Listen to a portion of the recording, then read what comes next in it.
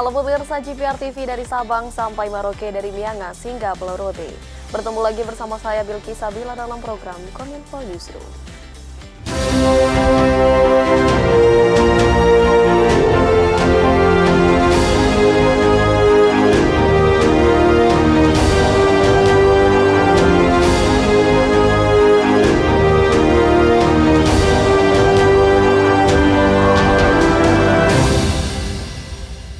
Pemirsa, inilah Kominfo Newsroom selengkapnya. Pemirsa, Otorita Ibu Kota Nusantara dan Pertamina bekerja sama membangun pusat energi berkelanjutan di Ibu Kota Negara atau IKN Nusantara dalam rangka mewujudkan target net zero emission pada tahun 2045. Penandatanganan dilakukan oleh Bambang Susantono dan Direktur Utama PT Pertamina, Nike Widiawati di Sumbu Kebangsaan Barat IKN. Otorita Ibu Kota Nusantara dan Pertamina menandatangani nota kesepahaman untuk pembangunan Pertamina Sustainability Energy Center atau Pusat Energi Berkelanjutan di Ibu Kota Nusantara. Kerjasama ini merupakan salah satu bentuk dukungan Pertamina untuk mewujudkan target net zero emission pada tahun 2045. Direktur Utama Pertamina, Nike Widiawati, mengatakan bahwa IKN memiliki potensi untuk tidak hanya mencapai net zero emission, tetapi hingga menjadi negatif emission. Pusat energi berkelanjutan ini dibangun di wilayah perencanaan 5 IKN dengan luas sekitar 3.720 hektar dan proses pembangunannya dilakukan secara bertahap. Selain itu dibangun sejumlah fasilitas antara lain Pertamina Sustainability Academy, Training Institute, Research and Innovation Center for Sustainability, dan sebagainya. Pertamina Sustainability Center. Jadi inilah yang kita bangun, di mana kita akan mengembangkannya dengan konsep pentahelix. Kita tidak sendirian, kita akan libatkan seluruh pihak untuk pengembangan ini. Jadi ada nanti Research and Development Center yang kita akan bekerjasama dengan banyak perusahaan global di dunia yang memang kompeten di bidangnya. Yang kedua adalah University. Ada Pertamina Sustainability Academy yang memang sudah kami launching bulan lalu dan ini akan dikembangkan di sini. Yang ketiga adalah ini yang sifatnya short and medium term, ini adalah vocational education untuk mengembangkan skill set yang baru. Yang berikutnya ini adalah ada sharing lab. Ini bisa digunakan oleh semua pihak dalam kerangka bagaimana melakukan research untuk energi baru dan terbarukan yang cocok untuk Indonesia. Menteri Luar Negeri Retno Marsudi menyampaikan pernyataan nasional Indonesia dalam sidang Majelis Umum PBB ke-78 di New York, Amerika Serikat. Dalam kesempatan tersebut, Menteri Luar Negeri Retno menyerukan pentingnya persatuan global seperti tercermin dari hasil konferensi Asia Afrika yang menghasilkan Dasar-Sila Bandung atau Bandung Spirit.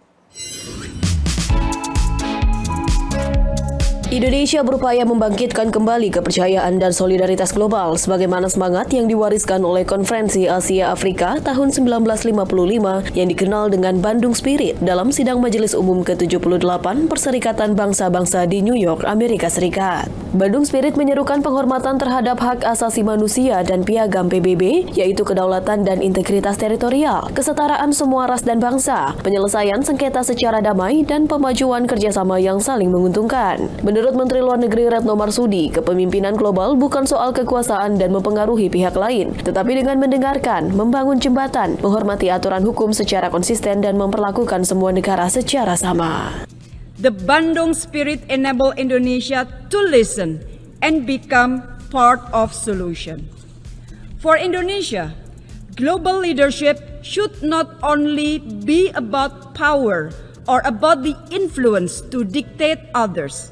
Instead, global leadership should be about listening to others, building bridges, respecting international law consistently, and put all nations equally.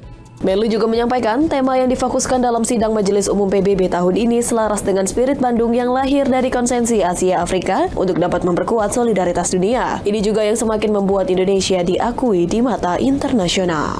Dan dengan spirit ini, Indonesia mendapatkan trust dari dunia dan kita dapat mendengarkan pendapat posisi negara-negara lain.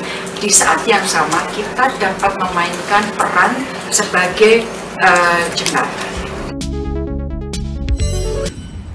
Dalam Forum Merdeka Barat 9 Road to Ice Forum 2023, Menko Marves Luhut Binsar Panjaitan mengatakan, Forum Internasional Archipelagic and Island States Forum akan menghasilkan langkah konkret berkaitan dengan kelautan. Sejumlah upaya konkret tersebut terjalin antara Indonesia dan beberapa negara lain, misalnya kerjasama untuk pemurnian minyak dengan negara Afrika.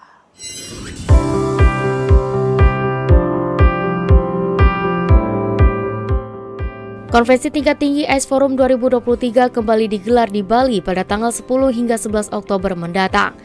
Kegiatan ini merupakan kontribusi Indonesia sebagai inisiator yang dibentuk untuk mewadahi 46 negara kepulauan dan pulau di seluruh dunia dalam menangani isu-isu global yang berkaitan dengan kelautan.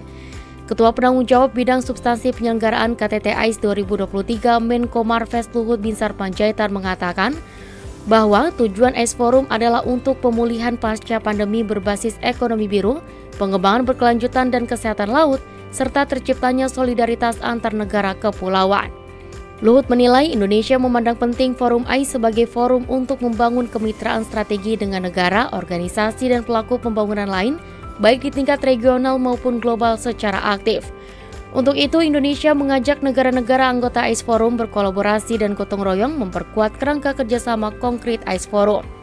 Konkret kepada masalah, misalnya sampah laut, ya kan, misalnya coral reef, misalnya apalagi replanting mangrove, restore tadi coral reef dan seterusnya. Itu kan hal-hal yang bagus tadi. Terus kemudian perikanan, bulu helues yang kita punya, kita juga coba sharing sama mereka.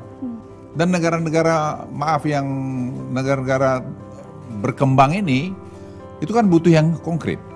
Misalnya Presiden memutuskan kerjasama dengan Kenya untuk oil refinery. Kita kerjasama dengan Mozambik. Kemudian dan South Africa. Itu semua proyek-proyek konkret. Kita impor tadi sapi, daging,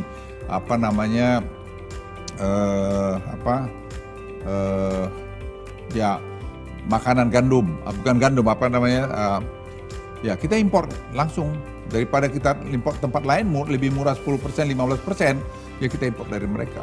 KTT ICE Forum juga akan diikuti oleh 9 pimpinan organisasi internasional, antara lain dari Forum Negara Kepulauan Pasifik, Kelompok Kerjasama Negara Melanesia, Kelompok Negara Komunitas Karibia, Perhimpunan Bangsa-Bangsa Asia Tenggara.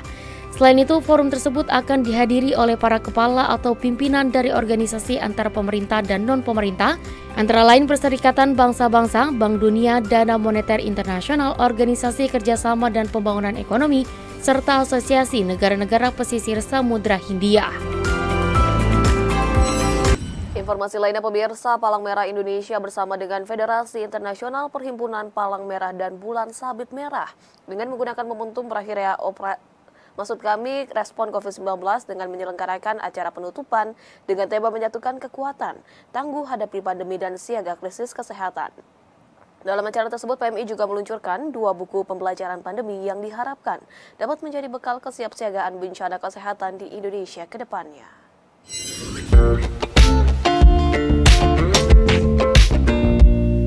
Menutup berakhirnya masa pandemi COVID-19, Palang Merah Indonesia meluncurkan 2 buku pembelajaran pandemi, yakni Bergerak Bersama Melawan COVID-19 dan Pembelajaran Vaksinasi COVID-19 Catatan Palang Merah Indonesia.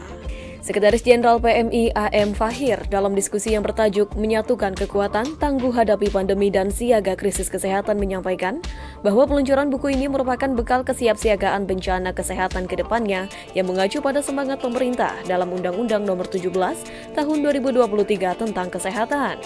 Meski Indonesia telah berhasil melalui masa pandemi COVID-19 dan masuk pada masa endemi, kita perlu duduk bersama mengumpulkan pembelajaran terbaik dari pandemi itu dan menyatukan kekuatan kolektif untuk kesiapsiagaan pandemi dan krisis kesehatan di masa depan. Mengacu pada semangat pemerintah melalui penandatanganan Undang-Undang Nomor 17 tentang Kesehatan 2023 Agustus yang lalu.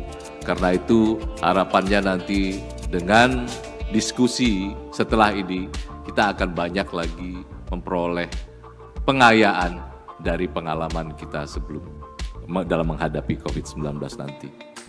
Lebih lanjut, Fahir juga memaparkan dengan mengedepankan kualitas layanan melalui penguatan kapasitas PMI dan penguatan kolaborasi, upaya penanganan pandemi oleh PMI telah berhasil menjangkau sekitar 38,5 juta masyarakat di 34 provinsi di Indonesia dengan total nilai bantuan sekitar 101 miliar rupiah. Upaya penanganan pandemi oleh PMI telah berhasil menjangkau sekitar 38,5 juta masyarakat di 34 provinsi di Indonesia dengan total nilai bantuan sekitar 101 miliar rupiah tersalurkan selama operasi COVID-19 di tahun 2020 hingga 2023. Oleh karenanya, ia pun mengajak seluruh pihak untuk berkolaborasi dan berpartisipasi dalam menyatukan kekuatan untuk memperkuat arsitektur kesehatan Indonesia yang lebih tangguh di masa yang akan datang.